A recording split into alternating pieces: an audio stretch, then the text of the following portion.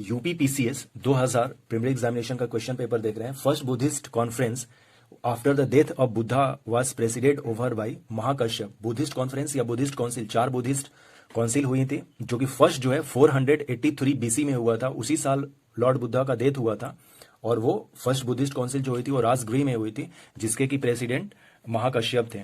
The first census of India during British period was held during the time lord Mayo जो था 1872 में, और Ripon के time period से 1881 से ये रेगुलर हो गया था। विच one of following places was known as the Siraz of the East during the reign of the Sarki Sultans? तो जौनपुर होगा। Depressed class league was established by doctor Bhimrao Ambedkar. Sir Thomas Munro is associated with the land revenue settlement of Ryotwari settlement. Permanent settlement से lord Cornwallis था। Ryotwari system जो है वो Madras province में लागू था। Who among the flowing continued the Rajatarangini of Kalhana? तो Rajatarangini of Kalhana, Rajatarangini के जो लेखक है वो कलहन है, उसको कंटिन्यू किसने रखा? तो जोना राजा एंड श्री वरा ने किया था। राजतरंगिणी 12th सेंचुरी एडी में लिखा गया था और राजतरंगिणी संस्कृत भाषा में लिखी गई है, जिसमें कि कश्मीर का इतिहास लिखा गया है कलहन के द्वारा। The lady poet who describe the victorious expedition of her husband in her work Madhura Vijaya was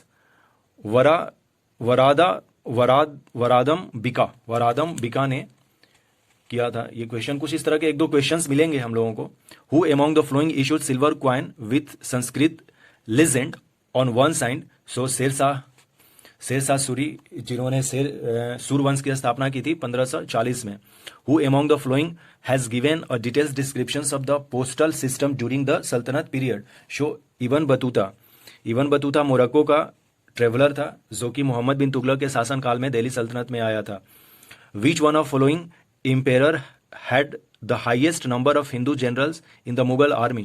यानी कि हिंदू जनरल जो थे किस मुगल बादशाह के टाइम में थे?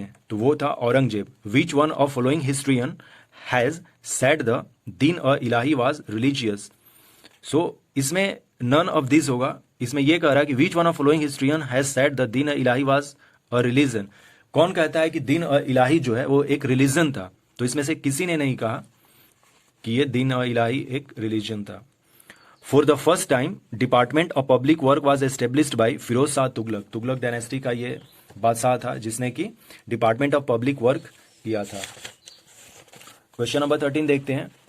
Persian weekly Miratul Akbar was published by Raja Ram Mohan Roy. Raja Ram Mohan Roy को राजा की उपाधि, यानी कि राम मोहन रॉय को राजा की उपाधि अकबर सेकंड ने दिया था, और मिरातुल अकबर जो है वो पर्शियन वीकली है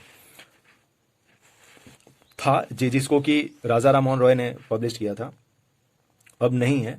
who had led a deputation of Banaras pandit before the Mughal emperor to seek the abolition of pilgrim tax on Banaras and Allahabad?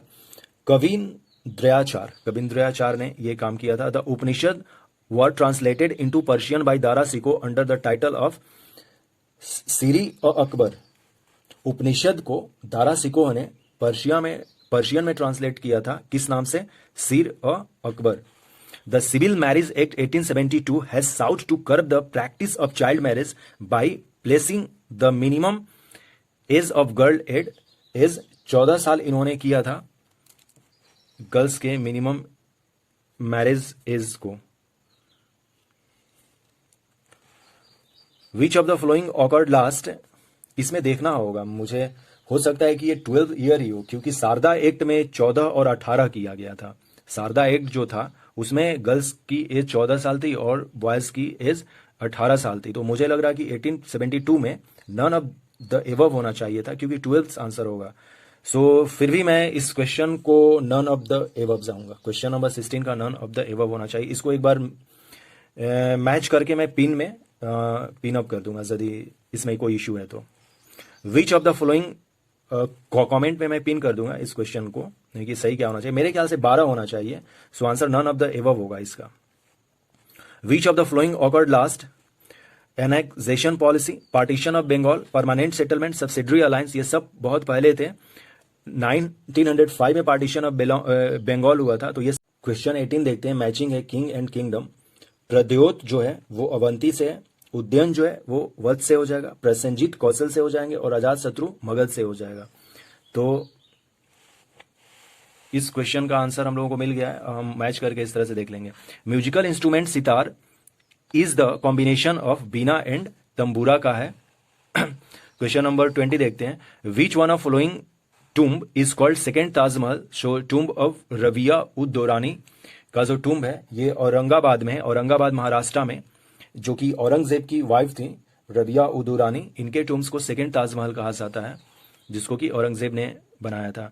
The Congress is tottering to its fall and one of my great ambitious while in India is to assist who made this statement.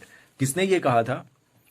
तो ये Curzon ने कहा था। Mahatma Gandhi left Bombay for London to participate in the second round table conference as a Congress representative in the ship known as SS Rajputana में वो किए थे। After lord Irwin pact, after lord Irwin pact, यानी कि जिसको कि अर्विन पैक्ट भी कहते हैं, गांधी जी सहमत हो गए कि वो सेकेंड राउंड टेबल कॉन्फ्रेंस जो लंदन में हो रहा था उसमें पार्टिसिपेट करेंगे। तो वो SS राजपुताना से गए थे। फर्स्ट और थर्ड में कांग्रेस ने पार्टिसिपेशन नहीं किया था, लेकिन doctor Bhimrao Ambedkar first, second, third तीनों राउंड टेबल कॉन्फ्रेंस में पार्टिसिपेट किए थे। 3 राउंड टेबल कॉन्फ्रेंस हुए थे उस समय। Who has moved a resolution for the creation of Pakistan is the Muslim league session of 1940। तो MS जिन्ना ने ये रेजोल्यूशन पास किया था।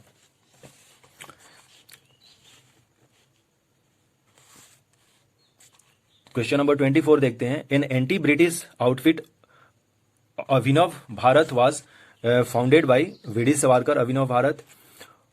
Who of the following attacked on doctor BR Ambedkar by saying Ambedkar has had his leadership trust upon him by a banning British government because his service were necessary to embraces the nationalist leaders। तो ये BS मोंजे ने कहा था। Who of the following represented the Indian Christian in the first round table conference held at London? Katie Paul। Question 27 देखते हैं। Which one of following was the author of Gulamgiri? So answer is Jyotiba Phule. 1871 में गुलामगिरी किताब इन्होंने ज्योतिबा फुले ने लिखा था। Arrange the following movement in correct chronological order by using the code that given below।